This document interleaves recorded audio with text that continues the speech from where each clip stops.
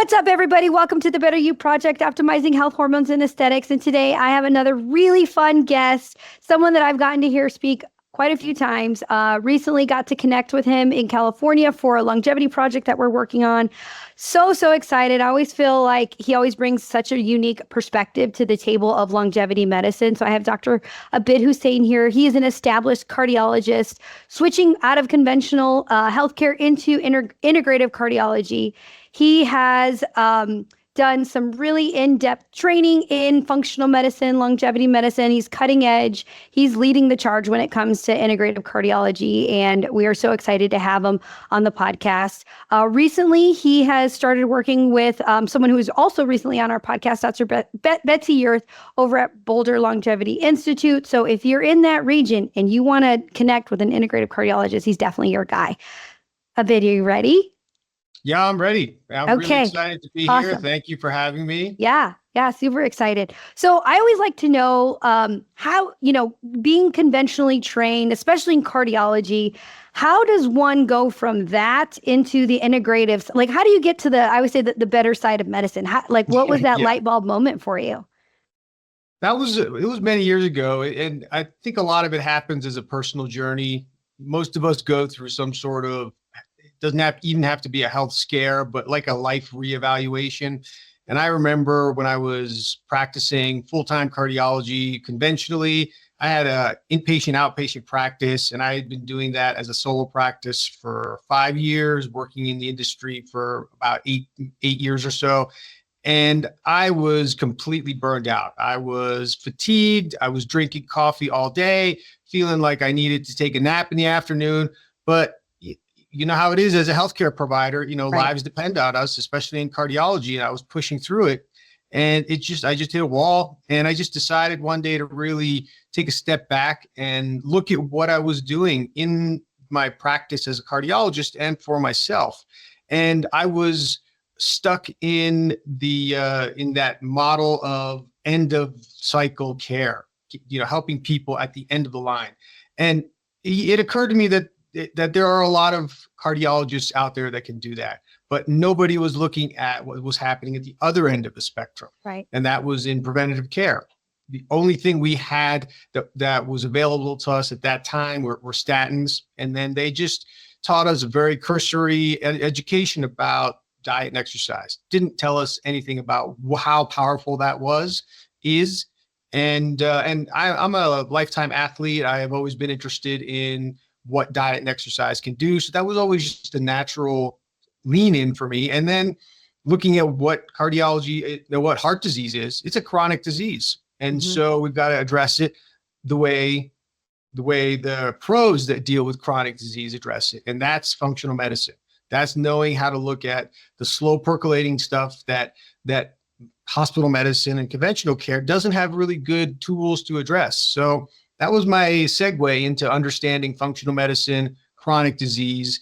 And then after that was many years ago, and my curiosity led me to hormones, to peptides, to longevity. And it's become this whole sort of very unique offering because I have certifications in so many different things. And it's just been my curiosity more than anything else. Yeah, I think that's so cool. So cool in that's what brings a lot of us to the table, is that there's got to be something more than what we're doing kind of thing. There's got to be something better. Well, thank you so much for sharing that. Out of curiosity, only because I have a lot of physicians that I talk to, and they always say, is there a training program that you recommend? Can you speak a little bit to kind of any of the programs that you've gone through, or any that you really feel like helped kind of bring you to that next level? Yeah, there's a lot of programs out there that provide specific specialties, and so they're each one of them. And I'll take a step back and say that longevity medicine is one of the most complicated types of medicine, medical practice types out there.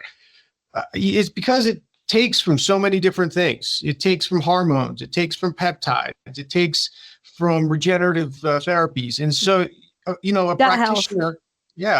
a practitioner has to be so versed in so many of these different things. And then also, the leading edge biotechnologies too. So it takes a really forward thinking approach to get that information.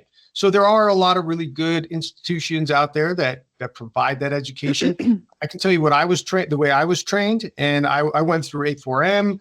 I did the WorldLink advanced hormone training, and then I went through my peptide and cellular medicine training with the SSRP as well as with A4M. So, there's a lot of really good platforms out there.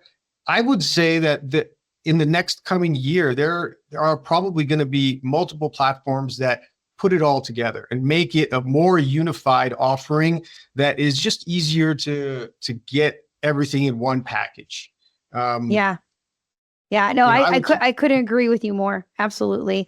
And I think what you and I have, and many of our colleagues in this network that we've learned is that it's great to get education with a couple different groups, because then you, as a practitioner, clinical judgment, you can kind of pull what you like from each of those groups and really kind of make it your own, which is kind of the beauty of what we do. I know that you are a painter, right? And so this is kind of like, it's the artistic part of medicine, and that it allows you to be creative. So on my side, so I do a lot of functional medicine, longevity. I don't know if you knew this about me, but I also do aesthetics. I inject faces and Sculptra and liquid facelifts and all those things. And so it's using that different part of your brain, where you're not looking at labs and kind of seeing pattern recognition. It's like looking at the harmony of a face and like, how is this balanced and how does aging kind of impact that? So it is great. I love that you paint. It's kind of like, I've showed you a little bit of the photography things that I've done. Just, it allows your brain to kind of escape a little differently, which I think is so important for the mental health piece of doing what we do, taking care of people day in, day out. So awesome. All right. So today's topic is we're going to get into two of Dr. Husain's favorite subjects, cardiovascular health and the impact of not only testosterone, but peptide therapy and what he has seen over the last couple years as far as how we can help optimize patients in this. So he's also going to be speaking at Calm in Miami in February. And I believe this is your topic as well, correct? Testosterone. Yeah, okay. It is. Perfect. Yeah. Perfect. Yes. Awesome. Personal favorite of mine. I don't know. It's ever since I was a kid, growing up in the 80s, growing up reading comic books and watching WWF and Arnold Schwarzenegger, how was I not going to be obsessed with testosterone? Yeah. The Incredible Hulk. Yeah. All those things. All those things. All right, so let's jump in first. So I think one of the common things that we get in clinical practice, and I know you see this too, is some of the controversy around testosterone from a cardiac perspective. Why would you say there is so much controversy when it comes to testosterone can cause, X, Y, and Z? Why do you think that is? There's a lead-in performance as a performance enhancing supplement. And weightlifters. So there was a stigma about testosterone to begin with. And that happened over the decades, that. And then when we hit 2000, there were like 20, I think it was 2014 in particular, right around that time frame, there were a collection of about 3 really bad studies that came out that really put a bad mark on the credibility of testosterone. We got to remember that there are probably more than 100 years of anecdotal study, anecdotal research-based and experimental data on testosterone showing its safety and its efficacy. But for whatever reason, there was a couple of studies that happened around that time frame. Maybe there were some other interests involved. I don't know. But one study wasn't even designed to look at cardiovascular events, and yet they made claims about cardiovascular events. And then there were other 2 studies that came out that really, they just made false claims to the point that even the participants in the studies sent letters to medical organizations saying that this is not accurate. Like, I don't know where they're coming up with these results or my reporting of my symptoms. It was absolutely preposterous. So those studies have been redacted. They've been removed, but the stigma was created. And then that fear just trickled its way down, became medical myth. So, you've got a combination of the fear and some adverse effects that have happened with excess use of testosterone, Right. as a performance enhancing agent, combined with those studies, created this problem. Yeah. Yeah. It's so like we were talking before we got on the call here. It's like the Women's Health Initiative and how they over extrapolated, they used the wrong population, the time frame wasn't right. There were so many problems with that study, but shit, all the dogma is still out there and we still believe some of the nonsense that came of it. I think the other piece of it too is that testosterone, because just as you said, because it is unfortunately has been abused at extremely high doses for performance enhancing, utilizing it for its anabolic effects. Unfortunately, it got that Schedule 3 classification, which is truly kind of why I feel like some traditional conventionally trained doctors, they stay away from it. Oh no, it's a Schedule 3. Well, all that means is that you just got to make sure that you've got that rapport with your patient and that, they understand that this is a Schedule 3. These are the benefits. Just getting that good informed consent, which I know that we, you and I do that a lot with a lot of the experimental things that we do. So unfortunately, where that comes from is some really old data that wasn't exactly correct, that unfortunately the medical dogma does not acknowledge. And so here we are, right? We're trying to help people with their testosterone, and we're like, it's like fighting up an uphill battle, but no longer, because we're putting out content like this and we're educating practitioners who can help change that, right? That's right. So testosterone and heart attacks, so when I'm doing a consult, and I'm sure you see this too, patients will say, well, I've had a heart attack. Is that a contraindication? And I tell them, well, when was the heart attack? What kind of follow-up was required from that heart attack? And, are you stable now? And I think those are the big questions, is like, just because you had one doesn't mean you're not a candidate. So can you talk a little bit about that? Yeah. In my mind, having a heart attack and, having a heart attack and, in my mind, having a heart attack is not a contraindication for starting testosterone therapy. In fact, it's an indication to start testosterone therapy. When you look at what testosterone does on a cellular level, on a vascular level, it is so beneficial for our cardiovascular system, for our vascular system. It helps our endothelial cells repair, helps them form new, the progenitor cells, the sort of stem cells of the endothelium. It helps promote those cells. I mean, it is a compound, a hormone that helps promote healing. So there's no real time frame that there has to be a contraindication. If you don't necessarily need to start it right after they have an event. There are other medications that are being started, but there is no time frame that I'm really uncomfortable to start it. It helps with promoting more blood vessels, so that's angiogenesis. It can even help with repairing the myocardium after an injury. Testosterone is integral to protein deposition in muscles and in heart cells. So after a heart attack, when we're depositing fibrotic cells, what we want to do is deposit it the right way. And using testosterone can, in conjunction with even other peptides, can promote putting down those protein cells, that collagen, in the right way, so that we don't get a lot of adverse remodeling of the heart too. So, the fear that it causes a cardiovascular event, it doesn't cause heart attacks, doesn't make the cholesterol worse. In fact, it improves cholesterol metabolism, and it helps vascular health. Those are all the things that we want to happen after a heart attack. Improving blood flow. In addition to that, improving blood flow. I mean, it's something that I use without much reservation.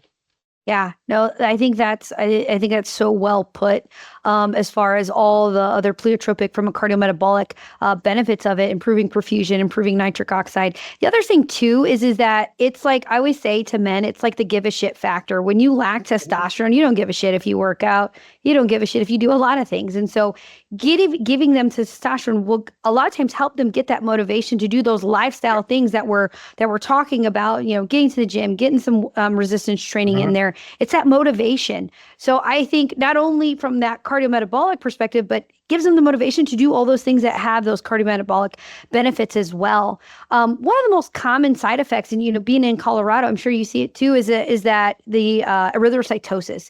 Can you talk a little bit about what is erythrocytosis? Why does it happen? And then are there different methods that you see more with than others? Yeah. So erythrocytosis is the increase of red blood cells in your blood for whatever reason. It can be from altitude. It can be from testosterone therapy. It could be from having a lung disease and your body needs more oxygen carrying capacity. So when you're taking testosterone, sometimes it can cause your kidneys to create something called epigen, which will make more red blood cells. Now that has been used as another mechanism for performance enhancement, and that's probably for another topic. But when we look at what testosterone does at high doses, it will create more epigen and an increase in red blood cells. What's interesting is at the same time, testosterone increases platelet inhibiting factors. So, or it reduces the things that platelets use to break down blood clots or to keep it from doing that. So as it's making more red blood cells, you actually don't get a increase in risk for thrombosis or blood clots. Testosterone has an incredible regulating mechanism to balance that. Now, if it gets above a certain threshold, yes, then it might become problematic. But for the most part, below certain, within certain ranges, even a little bit of erythrocytosis is okay. And, we want to distinguish that from polycythemia, because polycythemia, what a lot of practitioners tend to call erythrocytosis, is a problem with the bone marrow. And that's where you're making excess platelets that actually have clotting factors, in addition to more red blood cells and probably white cells too, or other compounds. So in that situation, yes, you have overactive platelets plus overactive red cells. That's going to predispose you to a clot. That's different than testosterone, where you have maybe extra oxygen carrying capacity, but the blood is actually a little bit thinner, a little more able to break down the blood clots. So it's part of the improved effect of testosterone, more oxygen carrying capacity, more ability to deliver oxygen to tissue, right, and maybe part of the performance enhancing effect too. Yeah, absolutely. So we're just writing down notes. Is there a hematocrit level that you as a cardiologist are comfortable with, that when you have men on therapy, that you try to stay under? I try to stay under 55 in the hematocrit. Okay. Up to 55 is comfortable. This is an arbitrary number. There is no study that really look at this. So, right. There are, that's the part of the challenge with testosterone and hormone medicine, because it's so cutting edge and there's such poor standardization. We don't have great studies to be able to tease apart these kind of details. So a lot of it has to be done on the fly and almost just as with intuition almost. Yeah. And discussion with other practitioners. So sure. The consensus seems to be hematocrit around 55. And then hemoglobin around 19 and a half. Okay, that's great. So out of the different methods, shots, creams, gels, patches, orals, pellets, is there one method that you tend to see the most erythrocytosis? And then is there a method that you tend to see not as much? Yeah. The methods that have the most long-term exposure to testosterone will create the most erythrocytosis. So to understand this better, let's go back to how our body releases testosterone on a regular basis on its own. We release it once a day, 12 o'clock to late morning. It peaks, peters down throughout the rest of the day. So it's a very cyclical pattern, once a day. If you have something that stimulates that constantly over multiple days, weeks, and months, you might be more prone to getting erythrocytosis. Right. So a pellet can do that. Mhm. The other thing that's one step down from that would be injections. Injections are probably, they're going to give you a more constant stimulation. And depending on how frequently and what the dose is, you could go anywhere from once every 2 weeks, if it's a injectable Entonate, or I think the longer acting one might be undeconate as an Mhm. injectable. Or you could do a cypionate, which is once every 4 days. So less likely with the shorter lifespan. The least likely agents that are going to do that are going to be the daily agents. So that's going to be either a cream or an oral form.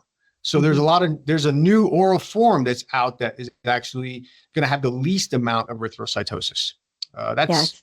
Kysotrex. Yep. I've been using it a lot lately, and it's an oral testosterone undeconate. And so it's interesting that the injectable form versus the oral form has two different lifespans to it. So that's a really short acting form. Take it once, lasts for about 8 hours in the morning. And then if you need to, you can take another dose around 12-ish. And so you have that similar peak that comes down towards the end of the day. And then that relaxing, that rest point, that going down to baseline at the end of the day seems to reduce the chances of that erythrocytosis. Yeah, no, that's awesome. One thing that I've seen, and I don't know how you administer your testosterone shots, is when I first started managing testosterone shots, I did it kind of like how it was on label, right? So it's a 200 milligram, 1 ml every 14 days, which is awful. Like now knowing what I know, I'm like, that's such a fucking terrible way to give testosterone. Why would we do that?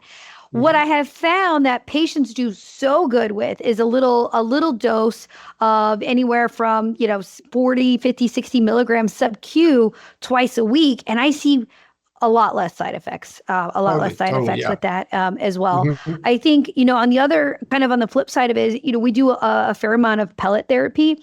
And so what I tend to find, and I have this conversation with a lot of my male patients, like, I get it. Like, you only want to have 2 procedures a year. So you want that dose to last you. But I'm telling you, then we get into too much side effect management. So I actually will give males the pellets that the size pellets that I give the females. I give those to my males. I just give them a little bit of a bigger dose, and I have them come in like every 3.5, 4 months. And the procedures, the procedure's much smaller. We charge less for it, and I don't have to get into all that like aromatization or really like, I don't have to get into all that crap. So they were talking about microdosing. I almost feel like a little bit of that can really go a long way for patients. I think some of the other things that you and I probably see a lot of too is natural reasons that hematocrit will be high is obstructive sleep apnea. Good Lord, like the amount of men that have undiagnosed obstructive sleep apnea is outrageous. And like recently I was talking to one of my patients and I was like, tell him about Zepbound because now it's got this clinical indication, trizipatide for it. And he's like, let's try it. I'm like, let's. So I think there's a lot of things to consider. Smoking, nicotine, undiagnosed sleep apnea, COPD, those are all common reasons that we tend to see that higher hematocrit for sure. Speaking of side effects, can we talk a little bit about aromatization, what that is and why you see that? Yeah. So aromatization is the conversion of testosterone to estradiol. That's going to be one of the metabolites. The other one is DHT. Estradiol, it gets in men, it gets sort of villainized. Like we think that men, testosterone is associated with the masculine aspects of man, and estradiol is associated with feminizing aspects that are more prominent in women. Well, that's not true. Estradiol is necessary for men as much as it is for women. Estradiol is important for brain health. Estradiol is important for vascular health. Not only do all your cells have receptors for testosterone, they've got them for estradiol. And the vascular cells have specific receptors to the estradiol that help promote the effectiveness of, say, HDLs and improve that vascular health in its own way. So it's not healthy to block that conversion of testosterone to estradiol. So in fact, there's got to be a balance. If you have too much testosterone and not enough estradiol in the system, then you could be predisposing yourself to some vascular damage. So when you have a sort of a blanket prescription of a large dose of testosterone, and then they give you an aromatase inhibitor like an anastrozole, they're doing that so that you can feel great with high testosterone and then not have to deal with the potential side effect of higher estradiol. Right. So what are those side effects? Usually in men, it's going to be breast tenderness, nipple sensitivity, gynecomastia, and they're going to be moody. They're going to start crying when they see, you know, really stupid Hallmark commercials or something like that. So, you know, if that's the case, the answer is not taking an aromatase inhibitor. The answer is lowering your fucking testosterone, you know, because you're getting overdosed, and the wherever they're getting it from is not really cognizant of what's going on. They're just sort of giving them treatment and say, go away, you know, and that's not good medicine. So what you do is, you know, you titrate the dose. Most men, when dosed the right way, can have a pretty high dose of testosterone, have a high dose of estradiol. It's great for them, and they don't need the extra aromatase inhibitor. Right. So one of the things that I run into teaching other practitioners is like, where do you want it to be? And I kind of tell them, and I'm sure you get this too. Estrogen is in men is kind of like Goldilocks. Like you need just enough, not too much, not too little, but just the right for them. So you can have a guy who is completely asymptomatic at 55 of estrogen, and I feel great. Cool. We're doing nothing with it. Yeah. You could have a guy at 40 and be like, my nipples hurt. I'm having hot flashes, and you know, I'm eating bonbons and watching Lifetime. So it totally depends. And so I don't, as much as I would like to try to teach people this black and white, it is not. And they call it the art of medicine for a reason. Yeah. So I think you have to really talk to your patient, go over those symptoms, and really try to delineate, like, is this a side effect of estrogen? Plus, there's natural ways that you can help them support that. GLP-1s, you know, adipose tissue is an estrogen producing, organ. And so helping them with that. And what you'll find, practitioners, if you're listening, is a lot of times if you get their weight down, their aromatization risk is going to go down as well. The other thing, and I'm sure you see this too, is alcohol and marijuana. So unfortunately, those are two big things that are going to cause aromatization. In that, you know, a lot of the detox pathways happen in the liver. And if your liver is occupied metabolizing alcohol, guess what it's not doing? It's not metabolizing estrogen. It's getting recirculated back into the system. And that's where truly, I think Abid and I, having that functional medicine background, look at things very differently. Right? Yeah. And absolutely. And I would add that, it goes down to, like, if they're aromatizing and they're having estrogen symptoms, and you've looked at everything else and you still can't figure out why, it's probably their gut. I mean, there's multiple layers of digging into this deeper that make this interesting. And it's also part of why it's, requires some of the right training. Exactly. Out of curiosity, I don't think we've ever talked about this. Do you do any gut testing? Like, do you? Yeah. You do? Tons of gut testing. Oh, I love that. Okay. I didn't know that. Makes me like you more. Cool.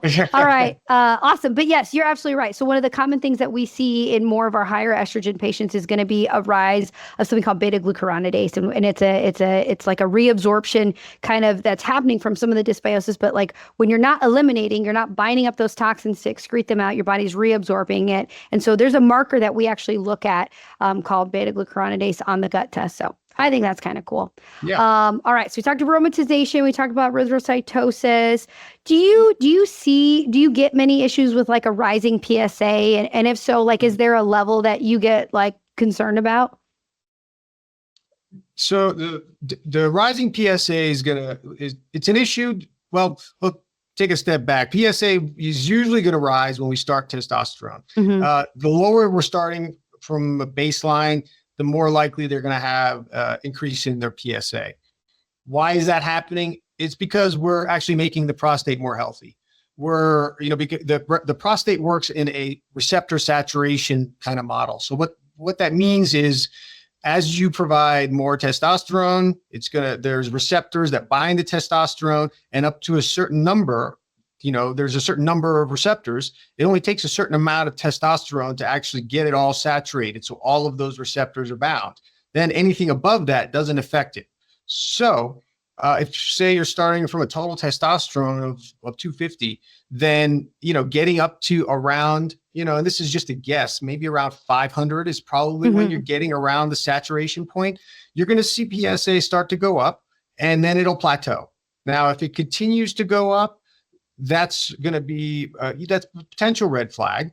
but you got to really, look into what else is going on in their lifestyle. If it's going up and down, then it's probably okay.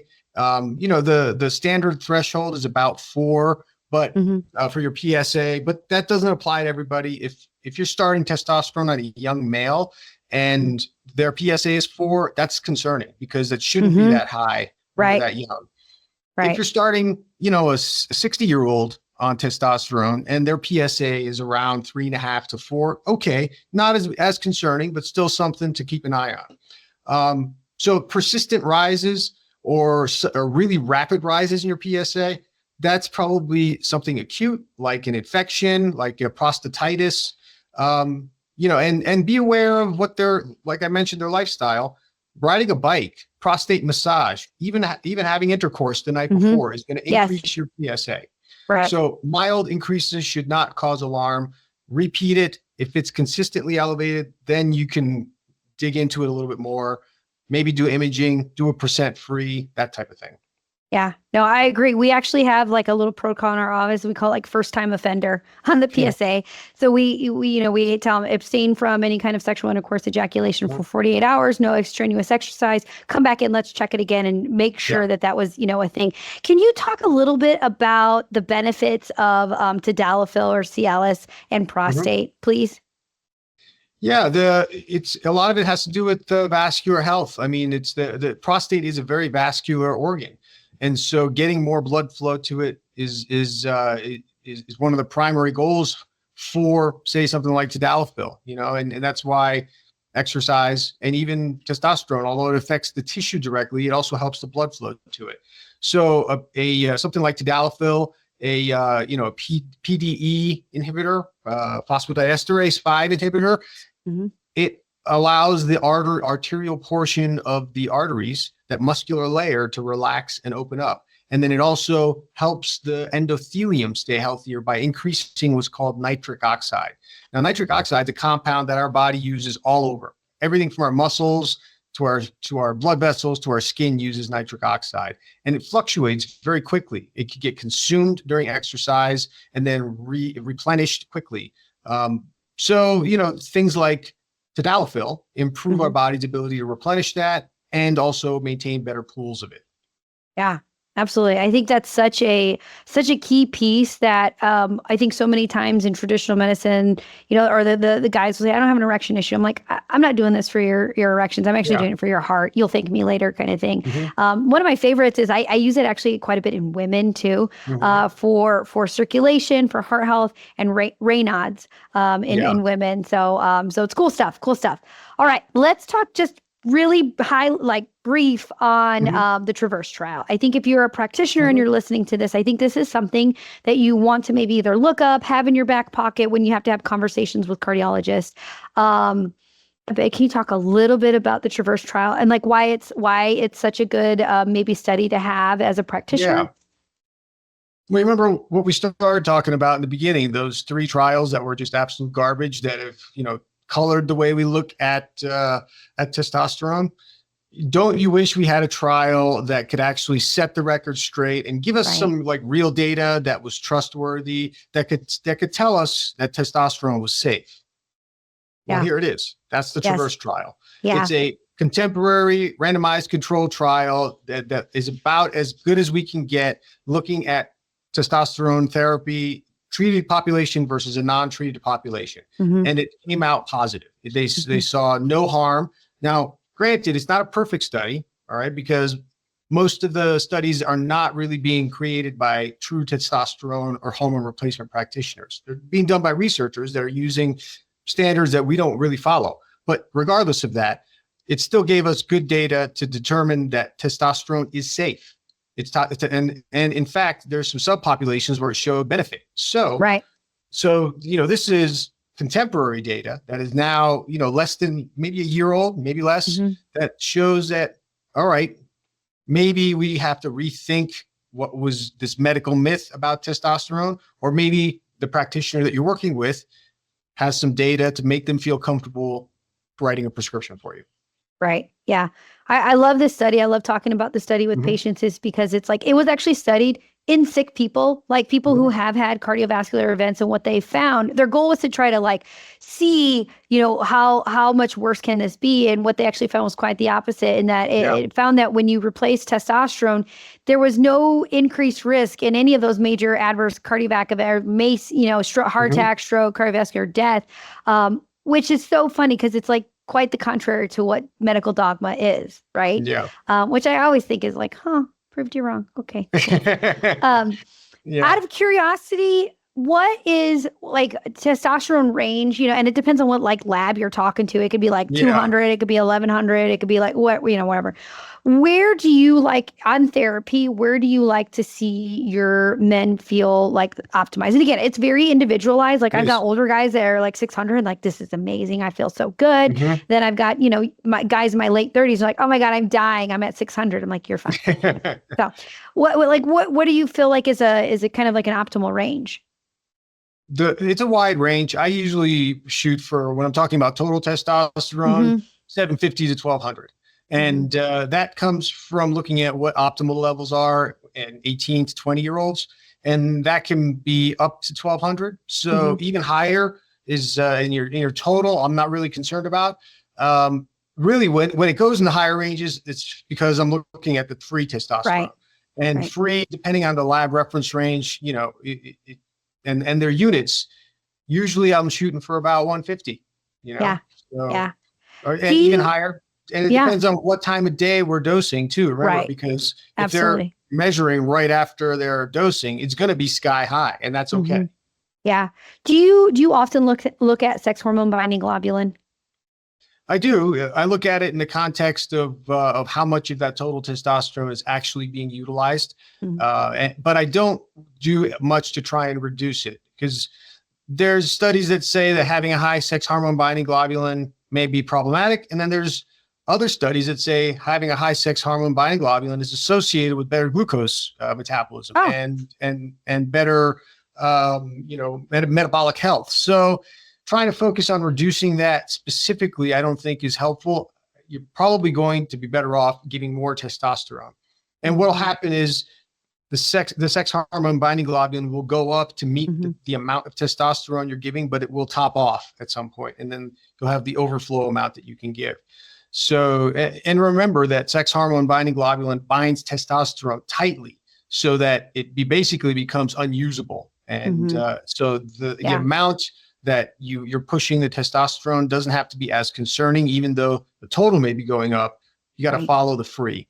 Yeah, no, absolutely. And I often will really kind of dig or put a lens more on the sex hormone binding globulin. If I have a man on therapy and Yeah. his totals looking good and he's like, I still don't feel great, then I'm like, diet, Mhm. lifestyle, what's your sex hormone binding globulin? Is this free in the upper 10 percentile of the reference range? Like, or is it all bound up because, you're drinking alcohol, you're not Yeah. sleeping, you're not working Mhm. out, you're not doing all the other shit that I'm telling you to do.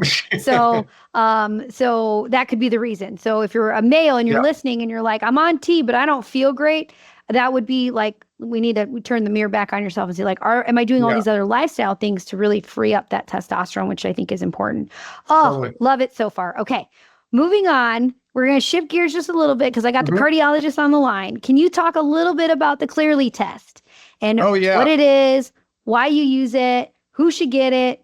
Go. Yeah. Clearly is a AI cloud-based platform that takes your CCTA, your CT coronary angiogram images, and uploads them to the cloud, and then looks at the visual data pixel by pixel to determine the density of the plaque. So it takes the CCTA data and really puts it through a fine-tooth comb and gives us information about plaque stenosis, so how severe the plaque is, what type of plaque you have. And why that's important is because what kills people and what catches people by surprise is undiagnosed plaque. It's the plaque that is less than 70%, usually anywhere from 50 to 70%. And that's what kills, because that's the inflamed stuff that's metabolically active that ruptures quickly and causes sudden heart attacks. Mm. There has yet to be, prior to Clearly, a technology that has been able to identify that. When we go look at what we've been doing in the past, the standard stress test that only detects blockages that are more than 70%. So it misses that whole high risk population. So there's plenty of stories out there, and I'm sure everybody knows of somebody that has had a stress test, and then within a year later, they have a heart attack or they died. That's because at that moment, the stress test was okay. It told them that they didn't have a blockage more than 70%, but it missed that metabolically active one. So the point of the Clearly is to narrow down and identify that high risk, that at-risk population. So what they need to do is get a CCTA, and that's different than a calcium score. A calcium score doesn't use contrast, and it just looks at calcium. A CCTA, CT coronary angiogram, uses contrast and looks at the inside of the artery. And by doing that, it gives the images and the AI the ability to tell a difference between calcium, the arteries, and the plaque. So that's why a calcium score can't do it. CCTA can. Load it up to Clearly, and then you can get really specific down to the percentage information about how significant the stenosis is. And then you get a stratification of low density inflamed plaque. So low density non-calcified plaque. Then you get non-calcified plaque, which is stable cholesterol. And then you get calcified plaque, which is even more stable, just calcified stuff that's not going anywhere. So it's that first category, that low density non-calcified plaque, which shows up as a red, colored red in the scan. That's the stuff you got to worry about, because that is oftentimes correlated with oxidized LDL, with maybe some biomarkers like LPPLA2. When those are elevated and you see that red stuff, that's a patient you got to be worried about. Okay. That's perfect. So that was going to be my next question. Thank you so much. Is going to be, we've talked about, I've talked about it so many times, the Boston Heart. So we do a Boston Heart test. So the patients that would be the ideal candidates to order a Clearly on would be looking at what their ox LDLs are, probably their ApoB, I would imagine. ApoB, yep. Yeah, if you've got somebody with elevated ApoB, high oxidized LDL, high plaque. So if you're talking about at Boston Heart, it's going to be the PLAC test, and then a CRP, right? If that's important too. If they have all those elevated and there's an elevated MPO, then that's somebody that's at risk for a sudden event, because MPO is that final last proteolytic enzyme that wears away at the cap and makes that lining underneath or on top of the plaque more friable and vulnerable to bursting. Yeah, absolutely. So MPO, if you're listening, is acronym for myeloperoxidase. So this is one of the markers, if you're a patient of ours, that is on our longevity panel, as well as ApoB, ox-LDL, and all of our patients get checked for a high sensitivity C-reactive protein. So I wish you were just like right here in my backyard so I could just send all these patients to you, because in the Midwest we don't have a lot of progressive cardiologists. So yeah, that's great. That's really, really helpful. So thank you for that. So this is another, as you were talking, we have this window where we want to start hormones in women. We're just going to shift gears just a little quick. Yeah. And sometimes when they're out of that window, like in their 70s, and they want to come in and they want to start estrogen, I'm kind of like, well, what if you have some plaque that's already built up, and now I'm making your vessels nice and elastic with this estrogen? Yeah. A Clearly test would probably be a great option to get prior to starting estrogen therapy, if they're like in that later window. Wouldn't you say? Yeah, it's a great safety net. It'll let you know, it'll at least take care of the concerns of maybe cardiovascular events. Right. When you're looking at stroke, the carotids, things like that, that risk may still be there. But if you get a good sense of what's going on in the coronaries, then that can be some surrogate information for what's going on in other circulation too. Yeah.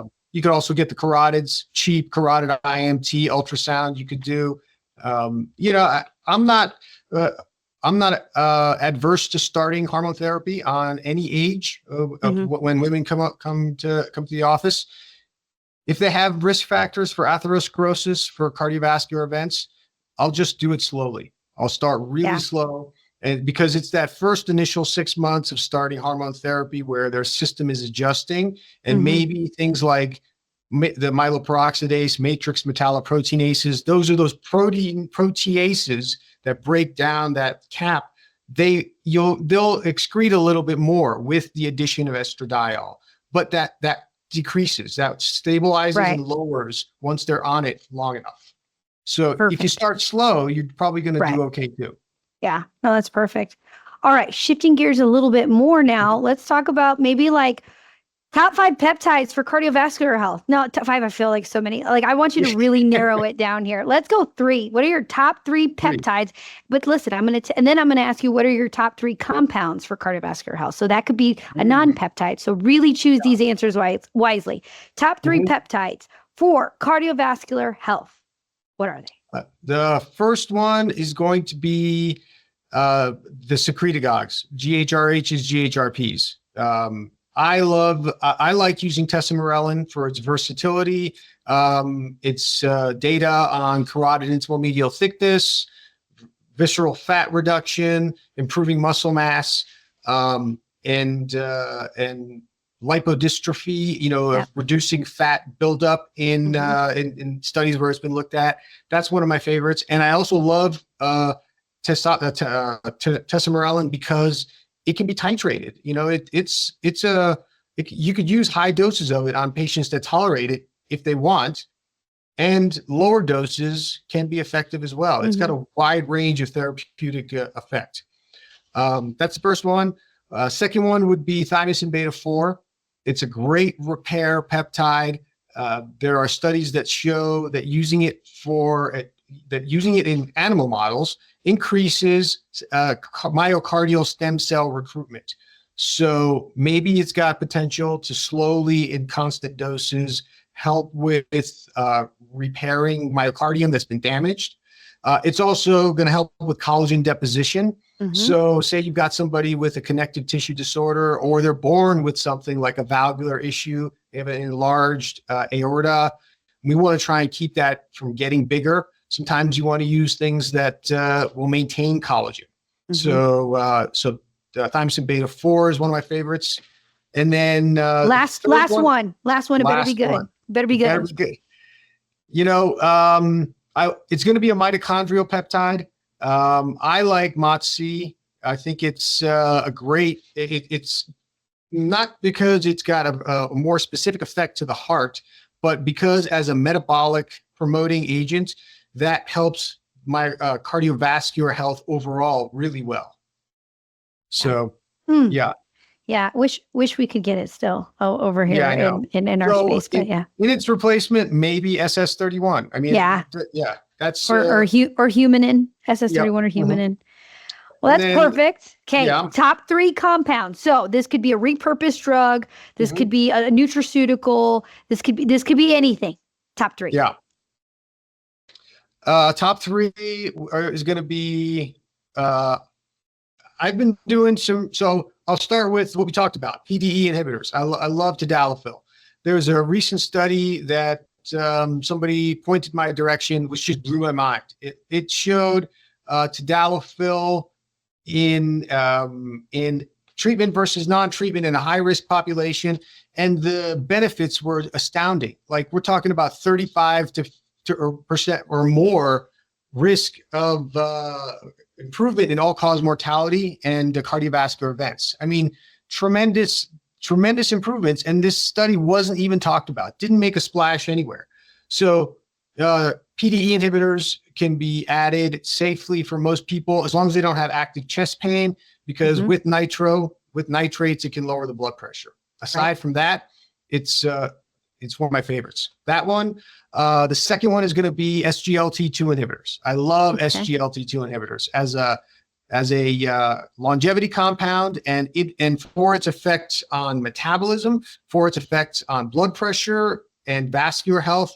It is an amazing compound. Makes you pee out. It's glucose and salt. So devised as a diabetic medication, and found to have incredible benefits in heart failure, all types of heart failure. And then with that happening, they started getting curious about where else it was providing benefit, showed improvement in kidney function, potentially ability to repair and recover kidney function, reducing in fibrosis systemically. I mean, the list goes on and on. It's an incredible agent, reduces inflammation.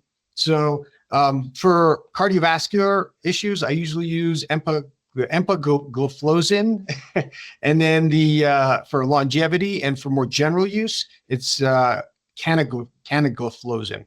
And then, yeah.